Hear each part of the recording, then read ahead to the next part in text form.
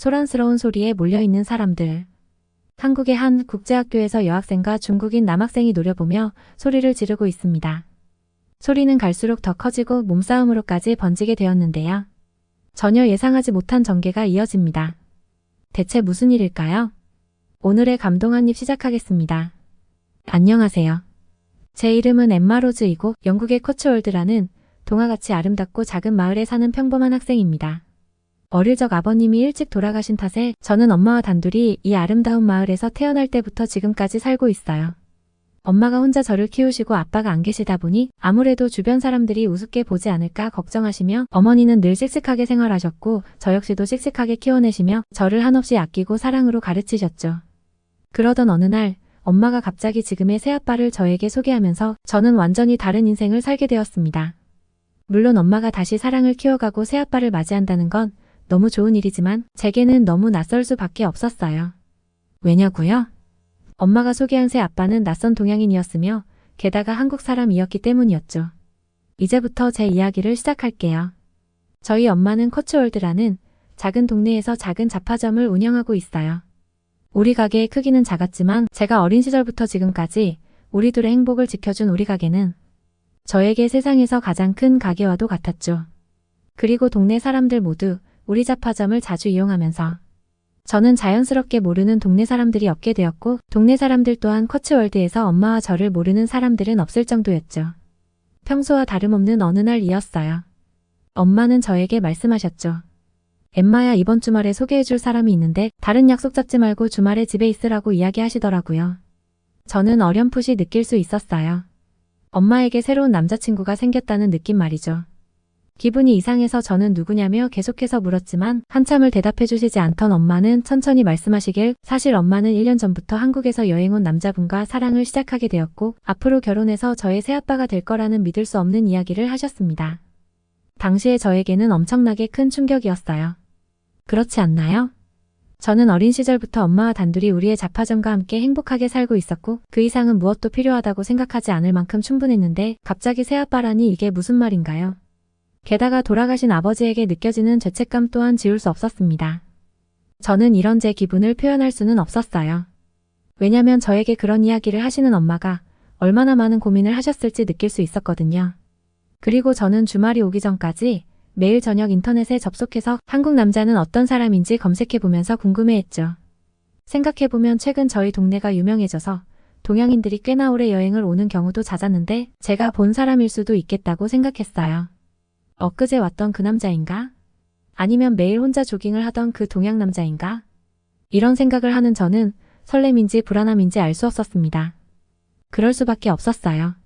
엄마와 저 이렇게 단둘이 살던 삶에 새로운 사람이 등장한다는 것도 그렇지만 아빠라는 존재가 새롭게 생긴다는 건 저에게는 상상하기 어려운 일이었죠. 게다가 엄마가 저렇게 좋아하는 표정을 보면서 엄마는 날 보면서 저렇게 환하게 웃은 적이 있으셨던가? 혹시 날 버리세지는 않을까? 라는 질투와 두려움이 마음속에 공존했죠. 하지만 저는 우선 마음을 다잡고 노력해보기로 했어요. 주말이 오기 전까지 말이죠. 초조하게 기다리던 시간은 어느덧 주말로 향했고 저는 전날 밤새 한숨도 자지 못했습니다. 엄마도 이미 일어나서 차를 한잔하고 계시더라고요. 그리고 일찍 일어난 저를 보며 마치 다 알고 계시다는 듯이 웃어주셨습니다. 저도 그런 어머니를 보며 같이 눈웃음으로 답변했어요. 하루가 어떻게 지나가는지 모르게 시간이 빠르게 지나갔고 엄마와 저는 이제 그 남자분을 만나러 갔죠. 저희 마을인 코츠월드의 유명한 맛집인 호킨스 카페에 도착했을 때 테이블 한쪽에 동양인 남자분이 앉아 계셨습니다. 동양인 남자분은 저와 엄마를 보자마자 자리에서 일어나 환하게 웃는데 저는 너무나도 낯선 동양인의 모습에 깜짝 놀랐었죠. 그러면서 도저히 이건 납득하기 어려운 일이라고 생각했어요. 제 생각이 그렇다고 해서 엄마가 결혼을 하면 안 된다는 건 아니었지만 막상 엄마가 새아빠와 결혼을 하고 나니 제가 할 수 있는 건 더 이상 없었어요. 제가 할 수 있는 거라곤 그저 새아빠를 앞으로 절대 좋아하지 않을 거라고 스스로 다짐하는 것뿐이었습니다.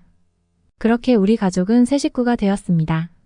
엄마는 결혼한 이후에도 계속해서 잡화점 운영을 이어가셨어요. 새아빠도 그 일을 같이 도우셨죠. 새아빠는 한국과 해외로 유통업과 시스템을 만드는 일을 하시는 분이셨어요. 그래서 유통 쪽에는 빠삭하신 분이었죠. 그래서인지 엄마의 잡화점의 제품을 분류하고 분석하며 손님들이 하나하나 물어보지 않아도 알 수 있도록 가격표를 붙여 잡화점의 투명성과 신뢰를 높인다고 하셨죠. 그것뿐만이 아니었어요.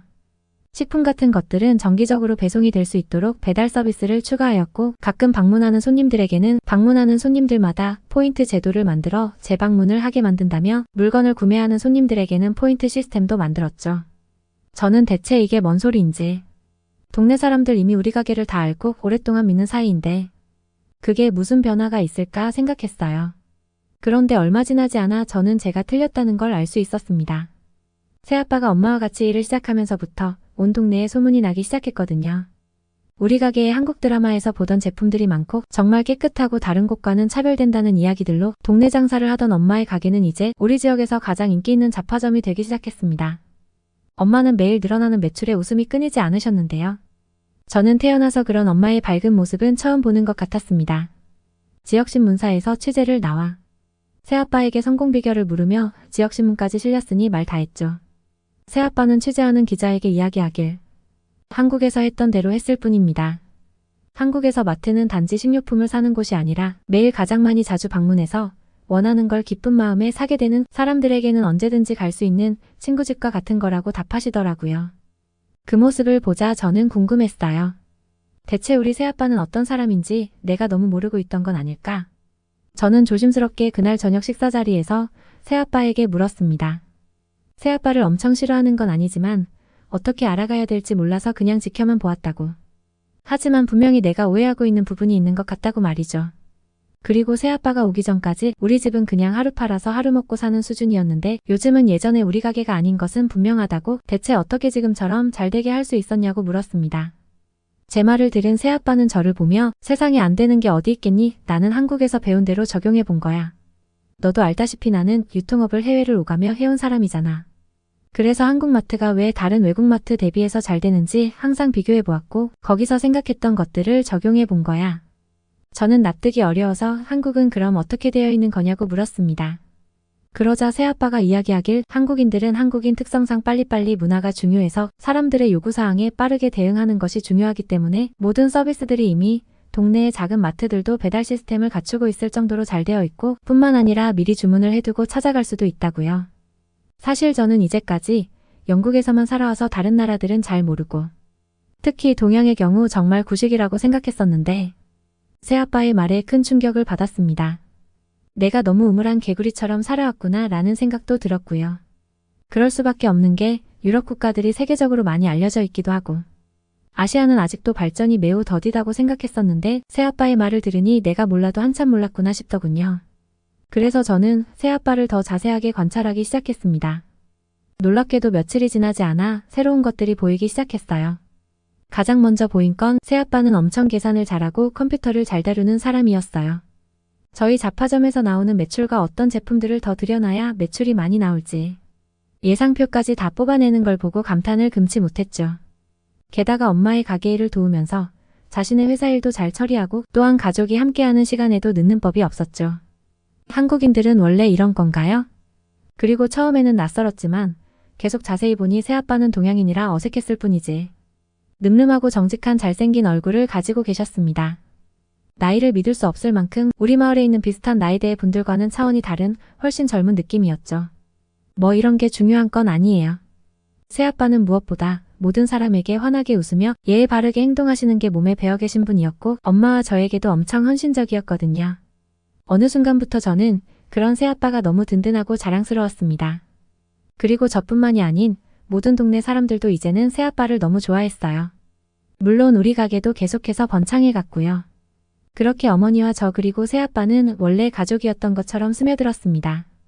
그러던 어느 날이었어요. 새아빠가 저에게 엠마야 너는 앞으로 어떤 사람이 되고 싶냐고 물었습니다. 저는 이게 무슨 질문인지 이해가 가지 않았어요. 왜냐하면 저는 그냥 우리 마을에서 계속 살다가 지금 잘 되고 있는 우리 가게를 이어받아 살아가면 되는데 대체 이게 무슨 소리인지 말이죠. 그러자 새아빠가 이야기했습니다. 지금처럼 살아가는 것도 중요한 일이지만 너가 세상에서 소중한 사람인 만큼 너 자신이 어떤 사람이 되고 싶은지 어떻게 살아가고 싶은지를 알아가고 스스로 결정해보는 건 어떻겠냐고 말이죠. 순간 제 머리는 단단한 무언가에 한 대 크게 얻어맞은 느낌이었습니다. 생각해보니 저는 한 번도 그런 생각을 해본 적이 없었어요. 제가 무엇을 공부해야 하는지 어떤 사람이 되고 싶은지 같은 거 말이죠. 저는 그저 이대로 살아가면 된다고 생각했었습니다. 새아빠는 그런 저를 보며 엄마에게 제가 미래를 꿈꿀 수 있고 우리 가게도 더 번창하기 위해 한국으로 가서 사는 것을 제안하셨어요. 한국은 교육적으로 엄청 체계적이며 교육 수준은 세계에서 손꼽는다고요. 이 말을 들으신 엄마도 저도 처음에는 엄청 불안했었죠. 그럴 만도 한 게 저희는 태어나서 한 번도 해외를 나가본 적이 없었거든요. 게다가 동양은 무섭고 범죄도 많다는 이야기를 들었는데 갑자기 한국으로 가자니 시한폭탄이 떨어진 것 같았죠. 하지만 시간이 조금 지나자 엄마는 다르게 생각하시기 시작하셨습니다. 아마 저의 교육 문제 때문이 가장 컸을 것이라고 생각되었는데요. 어린 시절부터 아빠 없이 혼자서 저를 키우신 엄마는 이제라도 제대로 자식을 위해 헌신하고 싶다고 이야기를 하셨고 사업도 새아빠를 믿고 한다면 한국에 가서도 더 번창할 수 있을 걸 믿는다고 이야기하셨습니다. 다만 갑자기 모든 걸 결정하기는 어려우니 가족 여행 삼아 우선 한국에 가족 모두 다녀오자고 이야기를 하셨어요. 그래서 우리 가족은 한국으로 여행을 계획하게 되었죠. 어머니는 하나 더 말씀하신 게 있었는데 한국이 정말 좋다는 것을 다른 동양의 국가들과 비교해서 경험해 보고 싶다고 하셨습니다. 동양의 선진국인 일본을 경유해서 일본을 경험하고 이후 한국으로 가서 한국을 경험해 보자고 말이죠. 저는 어머니의 현명함에 박수를 쳤습니다. 그렇잖아요. 우리는 동양도 잘 모르는데 그냥 한국이 최고라고 생각하고 살던 곳을 옮길 수는 없지 않겠어요? 그래서 저는 일본을 경유해서 가자는 어머니의 의견에 적극 찬성하며 갑자기 기분이 좋아졌습니다. 일본도 동양인 나라이긴 하지만 경제대국이라는 말은 학교 다닐 때도 배워왔던 터라 조금은 안심이 되었거든요. 저희 가족은 그렇게 일본을 경유해서 한국을 다녀오는 일정으로 첫 가족 여행을 떠났습니다. 오래 걸리는 비행시간이었지만 첫 해외여행 그리고 처음으로 도착하는 곳이 일본이라는 생각에 한껏 들뜬 마음으로 비행기에 올라탄 저는 일본에 도착했다는 안내방송을 듣는 순간 너무 설레었어요. 일본 사람들은 친절하다는데 얼마나 친절할지. 일본은 경제대국이면서 선진국이니 얼마나 좋은 서비스들이 있을지 들뜬 마음에 일본 공항에 도착했을 때 저는 제가 엄청 큰 착각을 하고 있었다는 걸 알 수 있었어요. 그건 공항에서부터 느낄 수 있었죠. 뭐였냐고요? 일본에 도착해서 공항 화장실부터 들렀던 저는 일을 마치고 나왔을 때 제 캐리어가 손에 없는 걸 깨달았죠. 아차 싶어서 다시 화장실로 들어갔을 때 이미 제 캐리어는 찾을 수 없었습니다. 저는 이해할 수가 없었어요. 왜냐하면 제가 알기로 일본 사람들은 상대방에게 절대 피해를 주지 않는 것으로 유명하고 그래서 남의 물건에도 손을 떼지 않아 가게들도 물건들을 그냥 밖에다가 꺼내놓는다고 들었었거든요. 그런데 제 캐리어는 어떻게 된 걸까요? 저는 혹시라도 제가 다른 곳에 둔 건 아닌지 이곳저곳을 찾아보았지만 분명했습니다. 제 짐을 누군가가 가져간 것이었죠. 제 상황을 파악한 새아빠는 공항 직원을 찾아가 이 상황을 설명했는데요.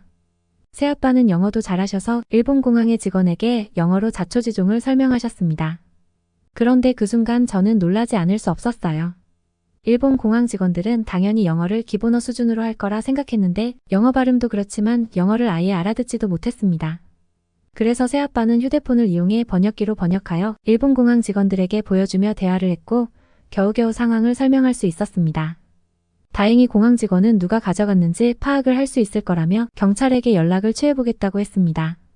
공항에 대기하고 있던 경찰들이 와서 다시 한번 상황 설명을 요구했고 새아빠는 공항 직원에게 이야기했던 것처럼 번역기로 보여주며 다시 한번 설명을 하셔야만 했습니다. 그러자 경찰들은 화장실 주변에 설치되어 있는 CCTV를 확인해 보겠다고 하더군요. 그런데 절차는 따라야 한다며 CCTV를 확인하기 위한 서류 작업을 요구했습니다. 아니 이런 상황에서 서류 작업을 해달라니 말이 되나요?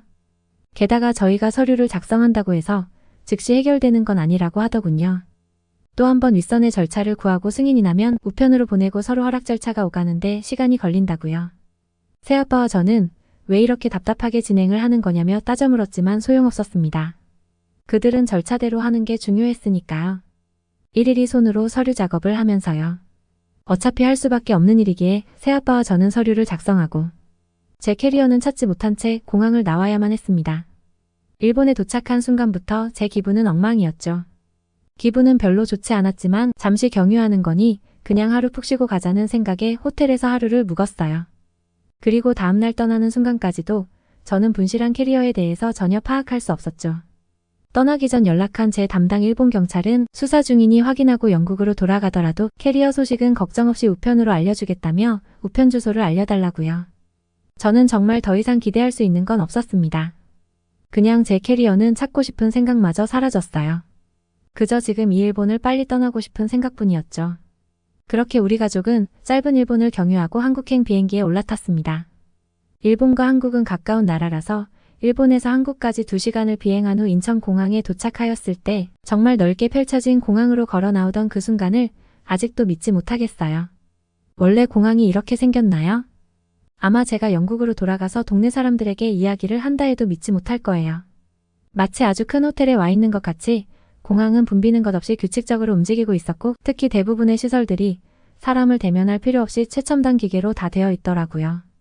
물론 일본 공항에서도 봤던 시설들이 있긴 했지만 한국은 그것보다 훨씬 최첨단 시설이었고 로봇들이 공항에서 돌아다니는 것을 볼 때는 정말 내가 미래 세계에 살고 있는 느낌이었습니다. 한국은 이런 곳이구나.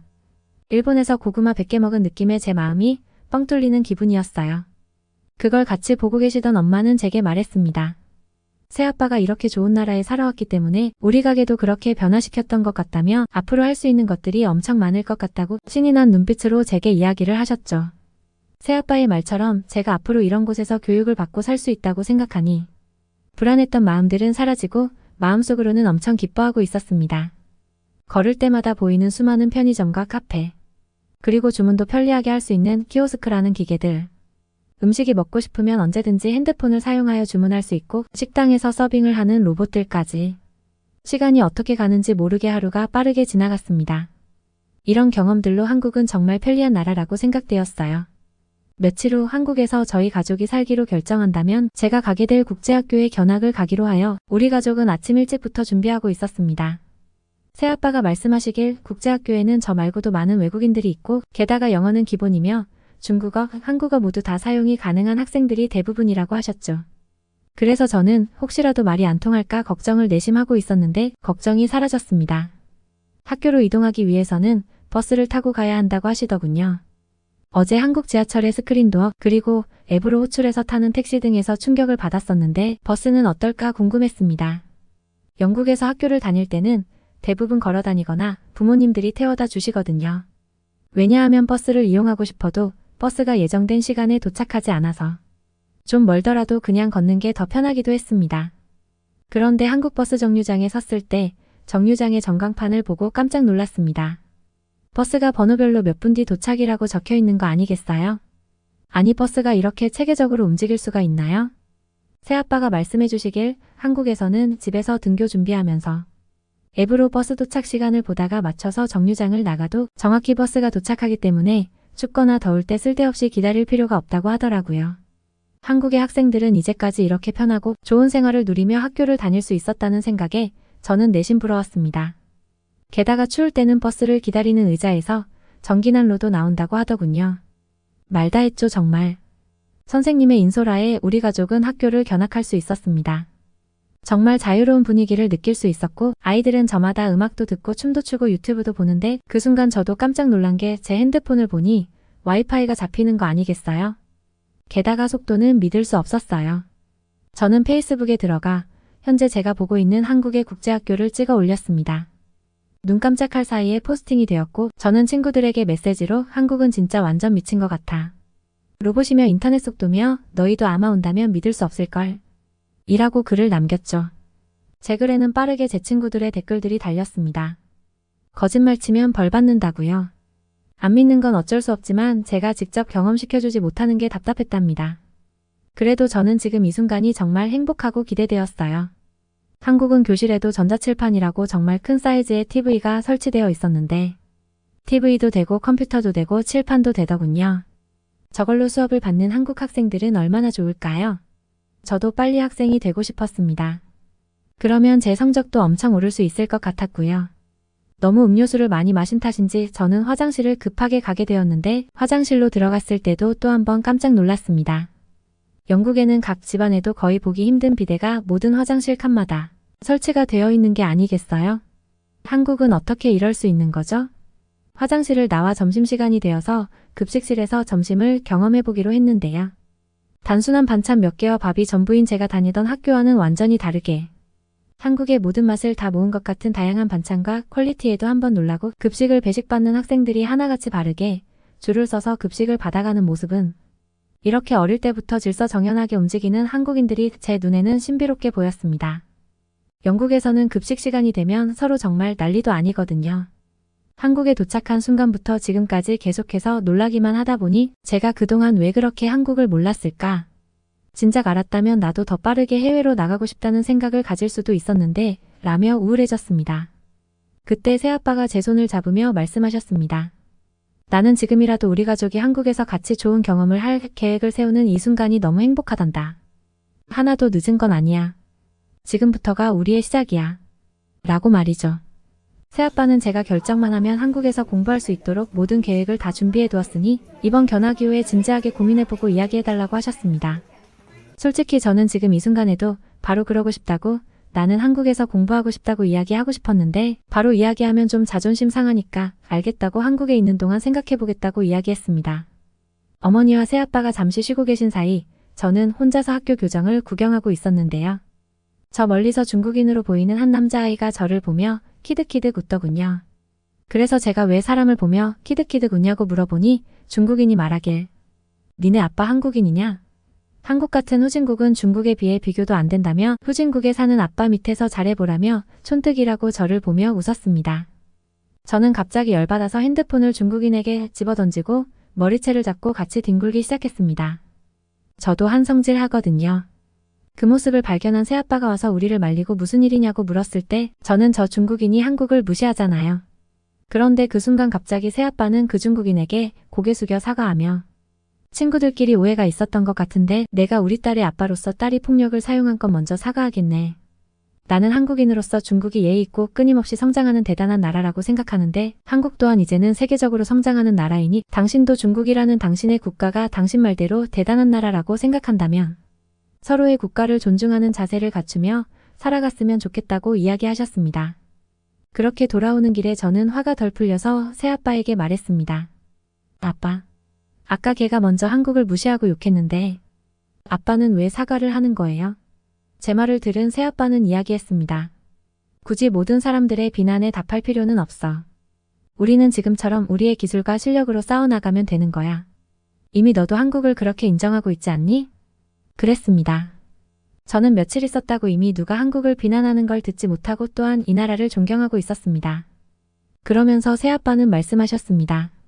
한국에서 열심히 배우고 꼭 엄마의 가게와 우리 가족의 행복을 더 행복하고 크게 만들자. 오늘 나를 아빠로 인정해줘서 고마워. 라고 말이죠. 생각해보니 저는 중국인이 한국을 비난한 것도 그렇지만 새아빠를 비난한 것에 대해서 화가 났던 거였죠. 이미 저는 새아빠를 인정하고 있었습니다. 한국에서 아쉬움을 남긴 채 우리는 다시 영국 커츠월드로 돌아왔습니다. 저는 이제 새로운 꿈이 생겼어요. 뭐냐고요? 한국국제학교를 준비해서 졸업하고 새아빠처럼 능력 있는 사람이 되려고요. 그리고 지금은 한국에 가서 공부하기 위해 돌아오자마자 준비를 시작하고 있어요.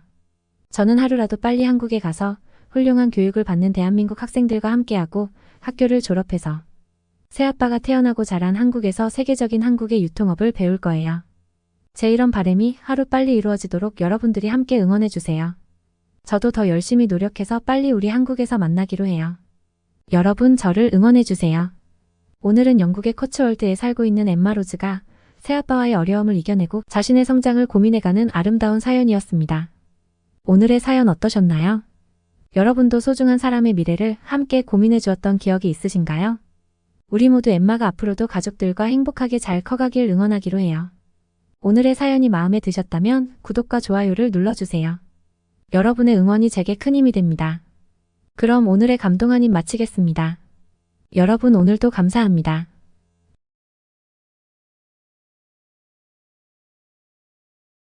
너 대체 왜 이러는 거야? 프랑스의 한 가정집에서 이제 막 의대 졸업을 앞둔 딸에게 엄마가 소리치고 있는데요. 얼마 전 한국을 다녀온 딸이 좀 이상해졌다고 하는데 대체 무슨 일일까요? 오늘의 감동 한입 시작합니다. 안녕하세요. 저는 프랑스에서 의대 졸업을 앞두고 이제 같이 졸업할 친구들과 의사로서 새로운 시작을 준비하는 에밀리입니다. 오늘 제가 메일을 보낸 건 제 오랜 소꿉친구이자 이제 막 같이 의사가 되는 제 친구 클로이에 대해 이야기를 하기 위해서인데요. 저와 줄리엣, 그리고 클로이, 이렇게 저희 셋은 어린 시절부터 한 동네에서 부모님들도 다 아실 만큼 어린 시절을 친하게 지냈고 저의 두 친구 클로이, 그리고 줄리엣과는 다르게 저는 그다지 공부는 잘하지 못했었지만 친구들의 도움으로 간신히 의대에 합격을 했고 우리 셋은 함께 의대를 다니며 아픈 환자들이 다시 행복한 삶을 살아갈 수 있는 세상을 우리가 만들어 갈 수 있다는 다짐으로 대학 생활을 정말 그 누구보다도 열심히 했습니다. 그러던 어느 날 클로이가 방학 동안 한국의 의료기술학술연구회에 참석할 수 있는 기회가 생겨서 방학을 이용해 한국에 2주일간 잠시 가게 된 거예요. 저희가 의사를 꿈꾸고 있는 대학생인 만큼 각국의 의료기술은 저희에게 정말 궁금한 관심사였는데 클로이는 너무 좋아서 며칠을 잠도 못 자고 의료기술학술연구회에 갈 날만 기다렸었어요. 저와 줄리엣도 내심 부러웠지만 그래도 클로이가 돌아오면 이야기를 듣는 걸로 만족해야겠다고 생각하고 진심을 다해 축하를 해줬습니다. 조심히 잘 다녀오라고 가기 전날 작지만 제 방에서 우리만의 축하 파티도 했죠. 한국으로 떠나는 공항까지 마중하며 손을 흔들고 그렇게 일주일간 클로이는 잠시 동안 이별을 하게 되었어요. 클로이가 한국에 잘 도착했다는 메시지를 받은 이후 일주일간 저희는 연락을 거의 하지 못했어요. 저와 줄리엣은 꾸준히 클로이에게 메시지를 보냈는데도 클로이는 거의 일주일 내내 계속 메시지를 읽지 않음으로 표시되어 있었죠. 일주일이 지나던 날 단체 채팅방에 메시지가 하나 도착해 있었습니다. 너희들도 꼭 한국 와봐야 해. 한국 진짜 미쳤어. 저와 줄리엣은 메시지를 보고 평소 클로이 같지 않은 표현에 얘가 지금 대체 뭘 하고 있는지 궁금했습니다. 클로이는 평소 활발하고 재미있는 친구지만 그렇다고 표현을 격하게 하는 편은 아니었거든요. 의문이 조금 들긴 했지만 어차피 일주일 뒤면 돌아올 거라는 걸 알고 있었기에 그때 가서 이야기를 듣자고 생각하고 있었습니다. 클로이가 프랑스로 다시 귀국하던 날 저와 줄리엣은 계속 전화와 메시지를 보냈는데도 클로이는 답변도 하지 않고 전화도 다시 오지 않았습니다. 그렇게 이틀이 지날 즈음 저녁 식사를 하고 있는데 엄마가 말씀하시길 아까 클로이 어머니 전화 오셨는데 클로이가 한국 다녀와서 좀 이상해졌다더라. 의사도 안 하겠다고 했다던데? 라고 이야기를 하셨어요. 이 말을 듣고 저는 줄리엣에게 바로 전화해서 이 사실을 알렸습니다.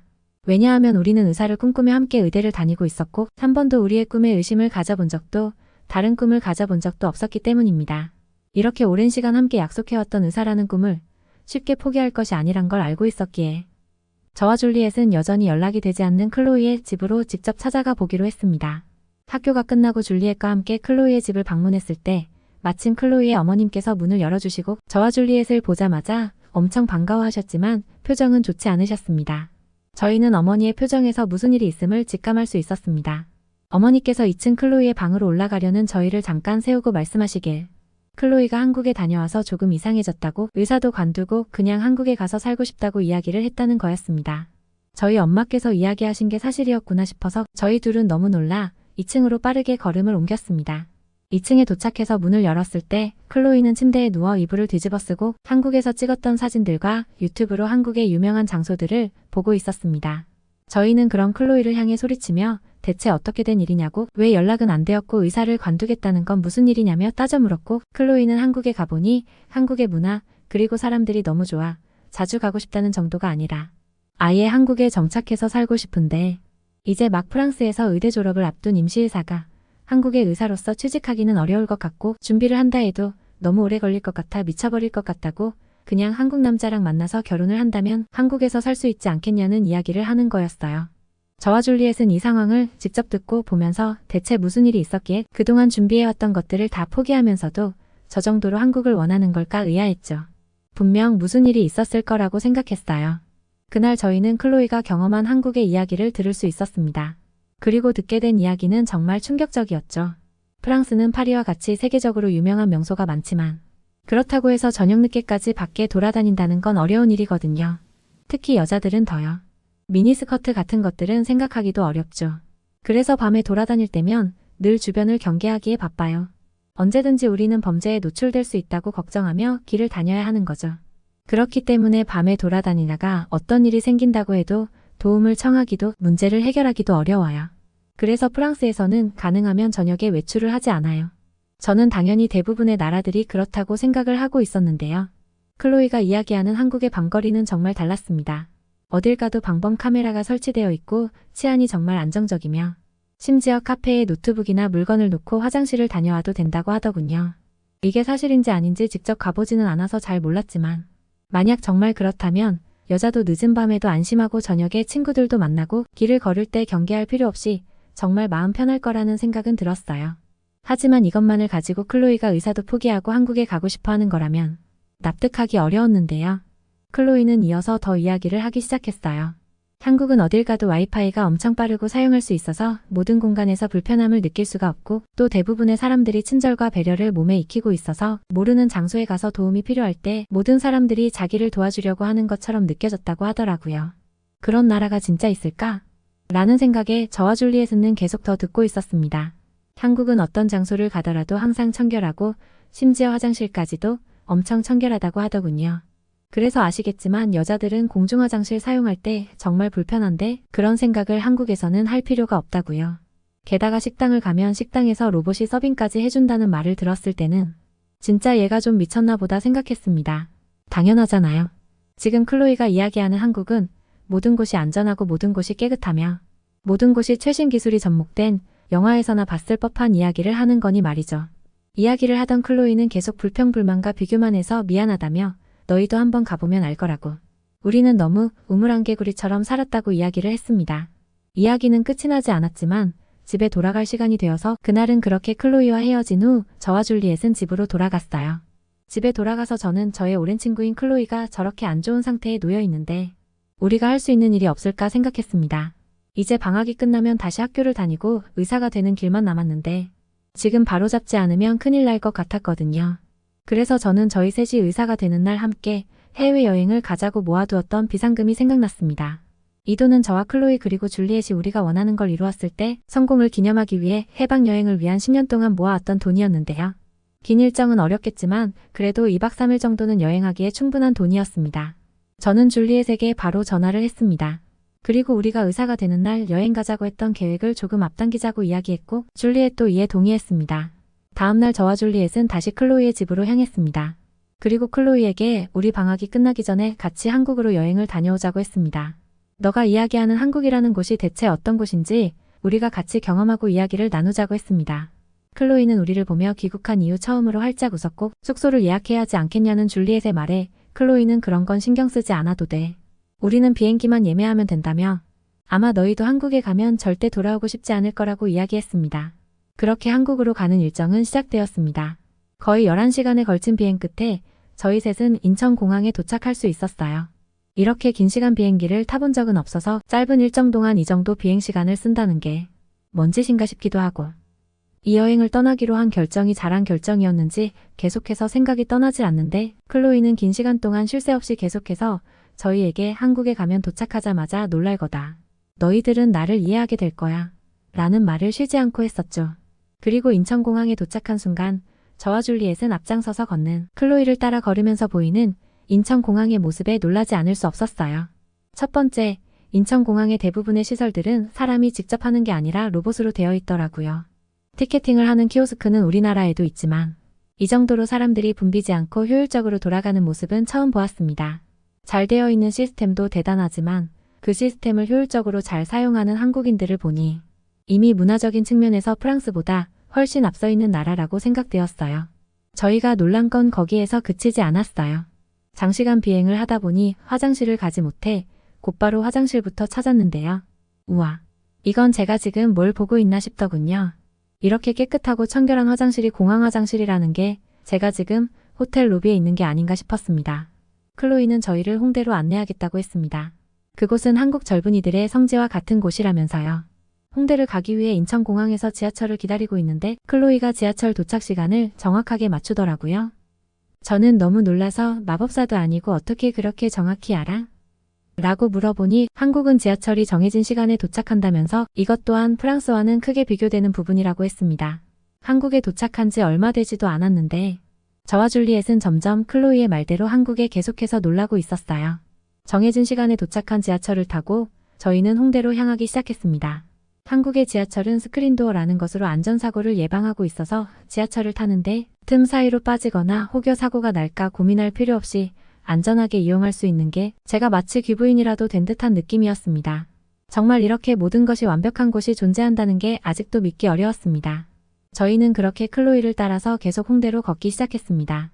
홍대에는 정말 많은 사람들이 있었고 우리는 핸드폰으로 사진 촬영을 하고 있었습니다.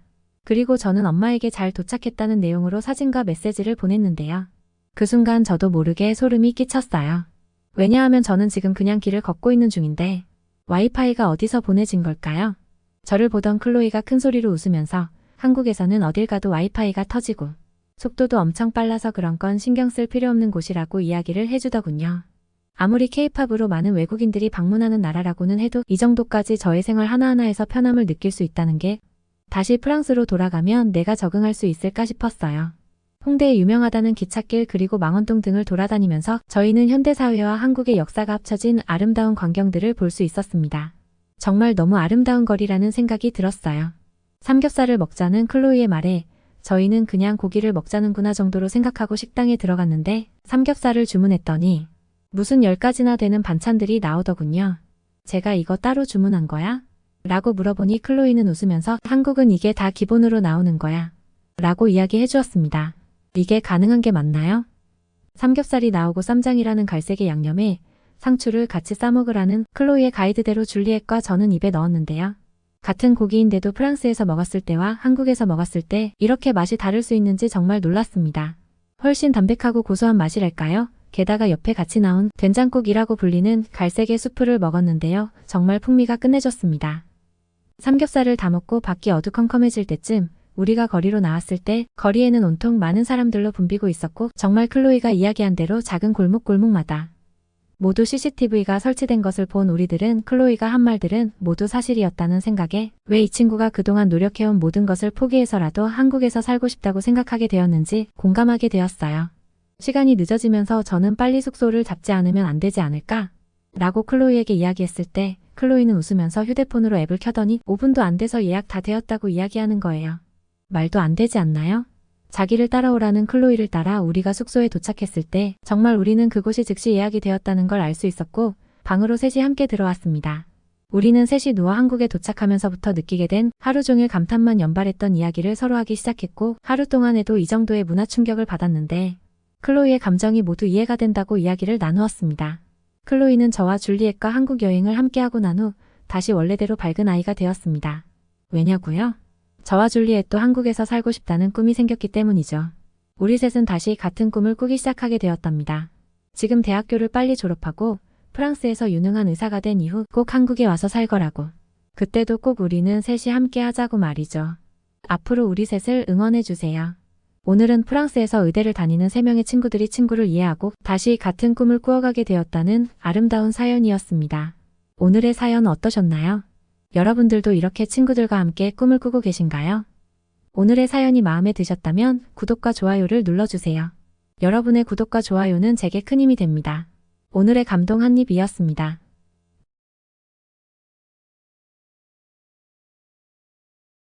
불빛만이 인적을 느끼게 하는 어두운 새벽. 커다란 짐가방을 든 한 여자가 현관문을 박차고 달려나갑니다. 그리고 잡아탄 택시는 쏜살같이 공항으로 달려가는데요. 대체 무슨 일일까요?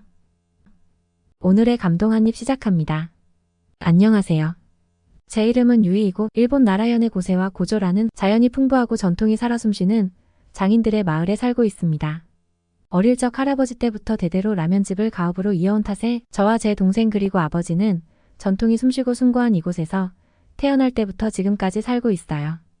어린 시절부터 저는 아버지가 라면을 만드시는 모습에서 자연스럽게 장인 정신과 지방 가업의 중요성을 배우게 되었고 현재는 아버지를 따라 가업을 이어받기 위해 2년째 아버지와 함께 우리 가게를 운영하고 있었죠. 그러던 어느 날 대학생인 제 동생 미나가 학교에서 교환학생으로 온 한국 남자를 만나게 되면서 저는 완전히 다른 인생을 계획하게 되었습니다. 동생이 사랑을 키워나가는 건 언니로서 너무 축하해줄 일이었지만 제게는 납득되기 어려웠어요. 왜냐고요? 늘 애기 같기만 하던 동생이 남자를 만난다는 것도 그렇지만 만나는 남자가 한국인이라는 것은 제게는 충격적인 일이었거든요. 이제부터 제대로 이야기를 시작해 볼게요. 저희 가게는 규모는 작지만 30년 동안 가업을 대대로 이어온 전통이 있는 라면집이에요. 이 지역에서는 명물로 유명하기도 하고요. 30년이라는 긴 시간 동안 현재의 자리를 지켜온 우리 가게를 이 지역에서는 모르는 사람은 없었고 우리 가족에게는 가장 소중한 선물 같은 공간이었죠. 동네 사람들 중 우리 가게의 라면을 먹어보지 않은 사람은 없을 정도이니 이곳 나라현에서 아버지 그리고 저와 제 동생을 모르는 사람은 없었답니다. 저는 가업을 이어받기로 했고 제 동생은 대학 진학을 하게 되면서 우리 가족은 이제 서로가 서로를 응원하는 관계가 되어가고 있었죠. 평소와 다름없는 날이었어요. 동생이 방학을 해서 오랜만에 집에 왔는데 가만히 있지를 못하고 안절부절 못하는 사람처럼 보이더라고요. 저는 어렴풋이 동생이 연락하는 사람이 생겼나 싶었어요. 저는 연애를 한 적은 없지만 그냥 느낌 같은 거 있잖아요. 그래서 물었죠. 요즘 만나는 사람 있어? 그러자 동생이 화들짝 놀라며 잠시 저를 바라보다가 이야기하길 6개월 전부터 학교에 교환학생으로 온 한국 남자와 연애를 하고 있다고 하더군요. 이야기를 들은 저는 너무 놀랐습니다.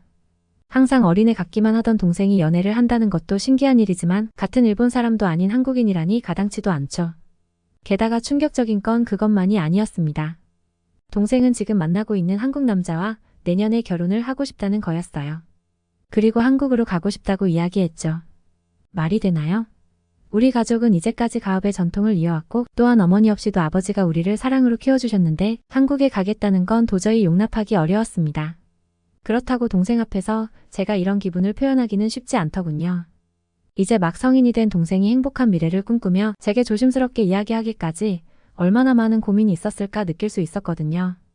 저는 우선 내일까지 다시 한번 생각해보고 가족 식사를 하면서 아버지에게 이야기는 우선 말씀드려 보자고 이야기했습니다. 그날 저녁 침대에 누워 동생의 말을 생각하며 저는 이런 사실을 알리지 못하는 제 자신에 대해 화도 났고 하루를 정리하고 계신 아버지의 뒷모습을 보며 죄송한 마음이 들었고 언니로서 제가 지금 어떻게 해야 하는 건지 잠을 설치며 새벽을 맞이하고 있었습니다. 다음날 저녁 아버지와 함께하는 가족 식사 자리에서 어렵게 꺼낸 동생의 이야기에 아버지는 제가 생각했던 것과는 다르게 침착하고 조용하게 말씀하셨습니다. 정말 너가 그 남자친구가 괜찮다고 생각한다면 우리 가게에서 일주일만 같이 일을 해보며 어떤 남자인지 알아보겠다고 말이죠. 당연히 일당은 주시겠다고 하셨습니다. 다소 당황스러운 아버지의 말에 동생과 저는 당황스러웠지만 저 역시도 동생이 만나는 한국인 남자가 어떤 사람인지 이 철없는 애가 대체 생각이 있는 건지 궁금했기 때문에 한술 더 떠서 이야기했죠. 그래 아버지 말씀처럼 진짜 그 남자친구가 괜찮은 사람인지 우리도 알 권리가 있다고 생각해. 넌 그만큼 우리 가족에게 귀중한 존재인데 그런 너를 그냥 너 혼자 선택하게 할 수 없어. 잠시 생각에 빠진 동생은 그럼 남자친구에게 이야기해보겠다고 하고 식사 자리를 끝냈습니다. 그리고 그날 저녁은 평소와 다르게 우리 가족은 서로를 의식하며 침묵했죠. 다음 날이 되었을 때였어요. 아직 가게도 열지 않은 아침 일찍부터 동생이 부르는 것이었습니다. 잠시 나와보라고 말이죠. 그래서 저와 아버지가 문 밖으로 나갔을 때 저희 둘은 놀랄 수밖에 없었습니다. 키도 크고 잘생긴 남자가 제 동생 옆에 서 있는 거 아니겠어요? 그 남자는 저희를 보자마자 허리를 크게 숙여 인사를 했습니다. 그리고 이야기했죠. 안녕하세요. 제가 미나의 남자친구입니다. 아버님께서 저를 부르셨다는 이야기를 듣자마자 새벽차를 타고 달려왔습니다. 당장 오늘부터 아버님의 말씀대로 일을 시작할 수 있습니다. 너무 든든한 이야기에 아버지와 저는 말문이 막혔습니다. 잠시 서 계시던 아버지는 따라오라며 가게 안으로 손짓을 하였고 동생의 남자친구는 그날 가게 오픈을 함께 시작했죠. 솔직히 저는 동생의 남자친구가 아버지와 함께 일을 시작하면 1시간도 못 버티고 도망갈 거라고 생각했어요. 우리 가게는 나름 체계적이고 오랜 시간 동안 아버지가 갖추어온 규칙들이 있기 때문에 아직도 저는 아버지에게 잔소리를 듣곤 하거든요. 그래서 오늘이 지나면 동생이 생각을 바꿀 수 있는 기회라고 생각했습니다. 그런데 2시간도 지나지 않아 제 생각은 완전히 바뀌게 되었습니다. 아버지와 동생의 남자친구는 마치 오랜 시간 함께 일한 사람처럼 서로 호흡을 맞추며 오픈 준비를 순식간에 끝내고 있었고 들어오는 손님을 향해 바르게 인사하고 손님에게 자리를 안내하며 물을 가져다주는 동생의 남자친구를 보면서 아버지는 단 한 번도 잔소리를 하지 않으시더군요. 그리고 그날 아침부터 저녁이 되어 문을 닫을 때까지 동생의 남자친구는 한 번도 쉬지 않고 마치 2명의 일을 혼자 하는 것처럼 보였죠. 한국 사람들은 원래 이런가요? 동생의 남자친구는 우리의 예상과는 너무 달랐습니다. 이상하게 장사는 평소보다 훨씬 더 매끄럽게 되는 것 같았고 빠른 회전과 안내로 더 많은 손님을 맞을 수 있었죠. 그렇게 3일이 지나 일하는 동생의 남자친구를 보며 저는 궁금했어요. 어떻게 저렇게 잘하는 건지, 한국인들이 원래 저런 건지 말이죠. 그래서 그날 저녁 가게 문을 닫고 나서 저는 조심스럽게 물었습니다. 그때 마침 옆에 있던 아버지가 먼저 동생의 남자친구에게 물었어요. 아직 3일밖에 되지 않아 잘 모르겠지만 이렇게 젊은 청년이 어떻게 가게가 돌아가는 걸 빠르게 파악하고 재빠르게 움직이냐고 말이죠. 그러자 동생의 남자친구가 이야기하길 어린 시절부터 서비스업을 하시는 아버지에게 상대방이 요구하기 전에 항상 먼저 움직이라는 것을 배우고 자랐으며 게다가 한국은 빨리빨리 문화가 중요하다 보니 식당 어딜 가도 모든 서비스가 빨리 제공되는데 이렇게 경험하며 듣고 배운 걸 그대로 적용해 본 거라고 말이죠. 저는 지금 우리 지역에서 태어나고 자라다 보니 다른 곳들은 어떤지 잘 모르기도 했고, 게다가 일본이 세계적으로 예의와 장인 정신 하나는 최고라고 생각했던 저에게 상대방이 요구하기 전에 항상 먼저 움직이라는 말은 정말 충격적이었죠. 전통을 지키는 것이 중요하다라는 생각만 했던 저는 제가 뭔가 모르고 있었다는 이상한 느낌이 들었어요. 그럴 수밖에 없는 게 어린 시절부터 아버지랑만 함께 일해왔는데 이렇게 누군가랑 같이 일하면서 서로의 생각을 들어본 건 처음이었거든요. 그래서 저는 좀 더 자세히 남은 기간 동안 지켜보자고 생각했습니다. 놀랍게도 며칠이 지나지 않아 새로운 것들이 보이기 시작했어요. 가장 먼저 보인 건 가게에 있는 손님들이 사용하는 물수건과 탁자를 치우는 걸레들을 수시로 빨아서 닦고 또 테이블 위에 있는 것들을 항상 각을 딱딱 맞춰 정리를 하더군요. 게다가 가게를 닦고 정리할 때면 사용했던 앞치마와 수건들이 아주 깔끔하게 개어져 있는 걸 보고 감탄을 했죠. 무슨 남자가 이렇게 깔끔하게 정리까지 잘하는 건지. 게다가 단 한 번도 지각이나 가게 운영 시간에 딴짓을 하는 게 없었죠. 아니 어떻게 남자가 그렇게 빨래도 잘 개고 테이블도 각을 맞춰 딱딱 정리하느냐고 물었더니 한국 남자들은 대부분 군대를 다녀오기 때문에 정리 문화에 익숙하고 게다가 집안에서 남녀할 거 없이 모두 가족 일을 함께 한다며 어린 시절부터 아버지가 집안일을 도우시는 걸 보고 배웠다고 말이죠. 한국은 정말 그런가요? 그렇게 일주일이 지나고 가게 문을 닫던 저녁. 아버지는 동생과 동생의 남자친구를 자리에 앉히고 봉투를 내밀며 말씀하셨습니다. 무리한 요구에도 일주일간 같이 일해줘서 너무 고마웠고 보수는 지급하지만 실제로 일주일간 아버지 역시 많은 것을 보고 배웠다고 말이죠. 저도 그 말을 인정하고 있었어요. 생각해보면 우리도 오랜 시간 똑같은 장소에서 똑같은 사람들과 일을 하다 보니 사람들에게 어떻게 대해야 하는지 우리는 어떤 가게가 되고 싶은지 잊고 있었어요. 우리 가게는 가업을 이어받아 전통을 살린다고 이야기하지만 실상 우물안 개구리였던 거죠. 그리고 아버지는 동생을 보며 이야기하셨어요. 정말 너희가 결혼을 생각하고 있다면 그리고 한국에서 살고 싶다면 우리도 한국에 가서 한국이란 나라를 경험하고 그쪽 부모님을 만나뵈야 하지 않겠니? 저 역시 아버지의 제안에 동의했습니다. 일주일간 본 동생의 남자친구의 행동도 그렇지만 우리가 보고 들었던 한국 문화와 생활 방식을 직접 경험해 보는 것은 큰 의미가 있을 거라고 생각했습니다. 그렇게 얼마의 시간이 지나고 그 다음 달 우리는 한국으로 떠났습니다. 한국은 일본에서 2시간이면 갈 수 있는 가까운 나라였어요. 비행기 안에서 생각해보니 우리 가족이 함께 비행기를 타보는 건 처음이더라고요. 동생으로 인해 생겨난 이벤트이지만 그래도 겸사겸사 가족 여행을 하는 기분에 기분이 살짝 들떴습니다. 아버지도 무슨 생각을 하시는 건지 창밖만 바라보고 계셨어요. 아마 저보다 아버지는 훨씬 더 무거운 마음이셨을 거예요. 잠깐 눈을 감았다 뜬 것 같았는데 벌써 한국에 도착했다는 기내 방송을 들으며 인천공항에 내렸습니다. 인천공항에 처음 도착했던 순간은 아직도 잊지 못하겠어요. 원래 공항이 이 정도로 큰가요? 일본으로 돌아가서 친구들에게 말한다고 해도 믿지 못할 것 같았죠. 아주 큰 리조트에서나 볼 수 있었던 모습이었어요. 특히 로봇들이 공항에서 돌아다니는 걸 볼 때는 미래에 와 있는 느낌이었습니다. 저도 이런데 저희 아버지는 오죽하셨겠어요. 잘 되어 있는 시스템도 대단하지만 그 시스템을 효율적으로 잘 사용하는 한국인들을 보니 이미 문화적인 측면에서 일본보다 훨씬 앞서 있는 나라라고 생각되었어요. 동네에서 평생 라면만 만드셨던 아버지의 눈앞에 지금 펼쳐진 광경은 되려 긴장하시는 눈빛이었죠. 인천공항에서 나왔을 때 아침도 먹지 못하고 출발했던 저는 우선 식당에 가서 밥부터 먹자고 이야기했는데요. 동생이 삼겹살을 먹자며 익숙하게 저와 아버지를 안내했습니다. 저희가 식당에 들어가서 삼겹살을 주문했을 때 저는 깜짝 놀랄 수밖에 없었어요. 무슨 10가지나 되는 반찬들이 나오더군요. 아직 고기도 안 나왔는데 말이죠. 제가 동생 미나를 보면서 이거 따로 주문한 거야? 라고 물어보니 미나는 웃으면서 언니 한국은 이게 다 기본으로 나오는 거야. 라고 깔깔대며 이야기해 주었습니다. 어떻게 이럴 수 있는 거죠? 원래 반찬은 다 따로 판매해야 하는 건데 이렇게 해서 어떻게 마진이 남는 건지 궁금했고 속으로 예상대로 한국은 프랜차이즈 중심으로 장사를 하니 음식은 장인 정신없이 대충 만들고 퍼주는 시스템인가 생각했습니다. 30년째 가업으로 라면집을 하고 있는 저와 아버지는 이런 한국의 식당을 불신할 수밖에 없었죠. 동생이 이게 한국의 된장국인데 맛 좀 보라며 가리킨 곳을 보니 정말 일본에서 미소시루와 비슷하게 생긴 국물이었습니다. 저희 메뉴에도 미소라면이 있기 때문에 된장국이라고 불리는 한국의 미소시루는 저희에게는 이미 자신 있는 음식이었죠. 정말 아무 기대 없이 아버지와 저는 한 입씩 입에 넣는 순간 서로 눈이 마주쳤습니다. 그리고 무슨 생각을 하는지 알 수 있었어요. 이건 솔직히 너무 맛있었습니다. 풍미와 향 그리고 깊은 맛까지 비교하고 싶지는 않지만 우리 가게에서 만드는 미소시루보다 훨씬 더 맛있더군요. 된장국 이외 다른 반찬들을 하나하나 다 먹어볼 때마다 인정하기 싫지만 모든 반찬들이 서비스로 나왔는데도 너무 맛있었습니다. 나오고 쌈장이라는 갈색의 양념에 상추를 같이 싸먹으라는 미나의 말대로 아버지와 저는 입에 넣었는데요. 고기인데도 일본의 작은 화로에서 오랫동안 구워먹는 고기와 달리 한국에서 먹는 삼겹살은 큰 불판에서 엄청 빨리 구워지고 맛이 이렇게 다를 수 있는지 정말 놀랐습니다. 훨씬 담백하고 고소한 맛이랄까요? 식사를 거의 다 마칠 때쯤 직원이 저희를 향해 다가오더니 이야기했습니다. 반찬 더 리필 필요하세요? 필요하시면 언제든지 말씀하세요. 아니 이게 리필이 돼요? 이렇게나 많이 줬는데? 이걸 더 주겠다고요? 게다가 식사도 거의 마쳤는데 저희가 먹는 걸 보고 있던 건지 식사에 처음부터 끝까지 만족하게 하겠다는 마음이 느껴졌습니다. 한국은 정말 많은 생각을 하게 하는 나라인 것 같았죠.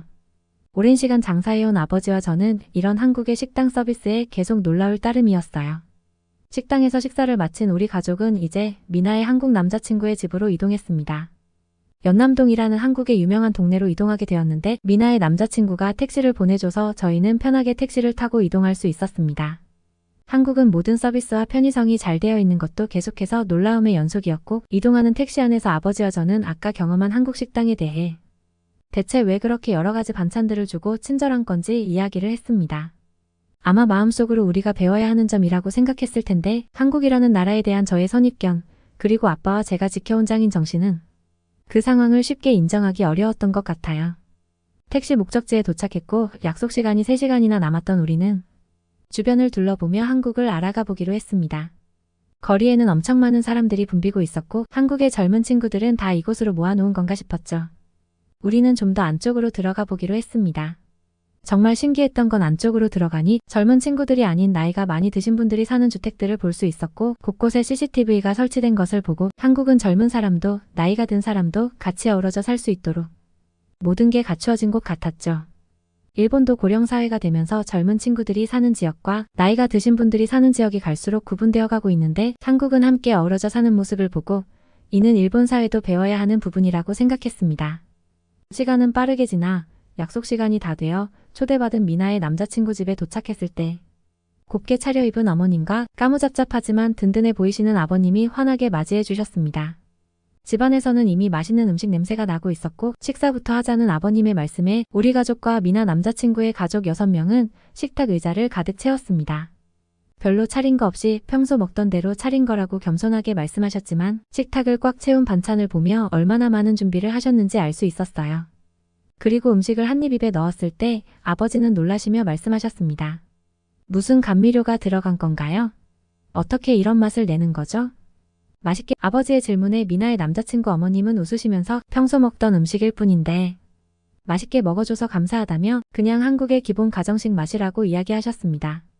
식사를 거의 마칠 때쯤 상대 아버님께서 말씀하시길 너무 부족한 내 아들이 자녀분과 사랑을 하고 결혼을 하고 싶다는 이야기에 너무 놀라셨을 거라고 생각합니다. 저 또한 어린 자식을 가진 아비로서 아버님과 똑같은 마음이었을 겁니다. 어릴 때부터 애지중지 키워온 자식이 혹시라도 잘못된 선택을 하고 잘못된 길을 가는 것은 아닐까? 얼마나 걱정이 되실지 저 역시 같은 마음입니다. 하지만 제가 아비로서 자식을 믿지 못하고 지지해주지 못하면 어떻게 자식이 자신들의 결정을 할 수 있겠냐는 생각으로 저는 제 아들의 선택을 지지하기로 결정했습니다. 아버님께서도 저희 자식들의 부족함을 걱정하셨다면 아비로서 제가 저희 아들을 지지하고 최선을 다해 좋은 환경에서 키워왔다는 것을 말씀드리고 싶습니다. 라고 말이죠. 그리고 어머님도 옆에서 함께 끄덕이시며 조용히 바라보셨습니다. 그리고 저희 아버지는 조용히 식사를 하셨죠. 식사를 마치고 일어설 때 어머니께서는 재빨리 냉장고에서 무언가를 네모난 통에 담기 시작했습니다. 그리고 아버지의 손에 건네며 아까 김치를 맛있게 드시길래 조금 싸봤어요. 가셔서 생각나실 때마다 맛있게 드셨으면 좋겠습니다. 라고 말씀하셨죠. 아시겠지만 일본은 오래전부터 예의를 중시하고 친절은 세계에서 가장 친절한 나라라고 생각했는데 한국에 왔던 처음부터 지금까지 단 한순간도 우리는 감동하지 않을 수 없었습니다. 정말 잊지 못할 순간들이었죠. 비행기를 타고 돌아가는 길에 아버지의 눈은 많은 생각을 하시는 것 같았습니다. 그리고 얼마 후 아버지께서는 동생 미나의 교제와 선택을 허락하셨고 동생은 다시 학교 생활로 돌아갔죠. 얼마의 시간이 지나 우리 가게는 한국에서 느꼈던 많은 것들을 적용해 나가기 시작했어요. 우리 전통만을 고집하지 않고 계속해서 새로운 맛도 연구하기 시작했죠. 그러던 어느 후 아버지는 제게 말씀하셨습니다. 유야, 내가 생각해봤는데 너도 한국에 가서 더 많은 것을 배웠으면 좋겠다. 집안의 가업을 잇는 것도 중요한 일이지만 그보다 너가 더 많은 것을 배우고 연구해서 너가 원하는 사람이 되었으면 좋겠다고 말이죠. 그리고 한국에 갈 수 있는 경비를 줄 테니 내일 당장 다녀와도 괜찮다고 말씀하셨어요. 저는 그날 저녁 잠을 이루기 어려웠습니다. 그래도 아버지와 그동안 같이 가게를 운영하고 가업을 이어받기 위해 노력해왔는데 갑자기 한국으로 가라는 아버지의 이야기는 제게 당황스러웠죠. 그리고 저는 결정을 해야만 했습니다. 잠을 한숨도 자지 못하고 새벽녘까지 생각에 잠기던 저는 옷장을 열고 가방에 짐을 넣기 시작했어요. 여권과 간단한 물품만을 챙기고 아버지 방문을 열었습니다. 아버지도 생각이 많으셨는지 그 이른 새벽에 일어나 계셨어요.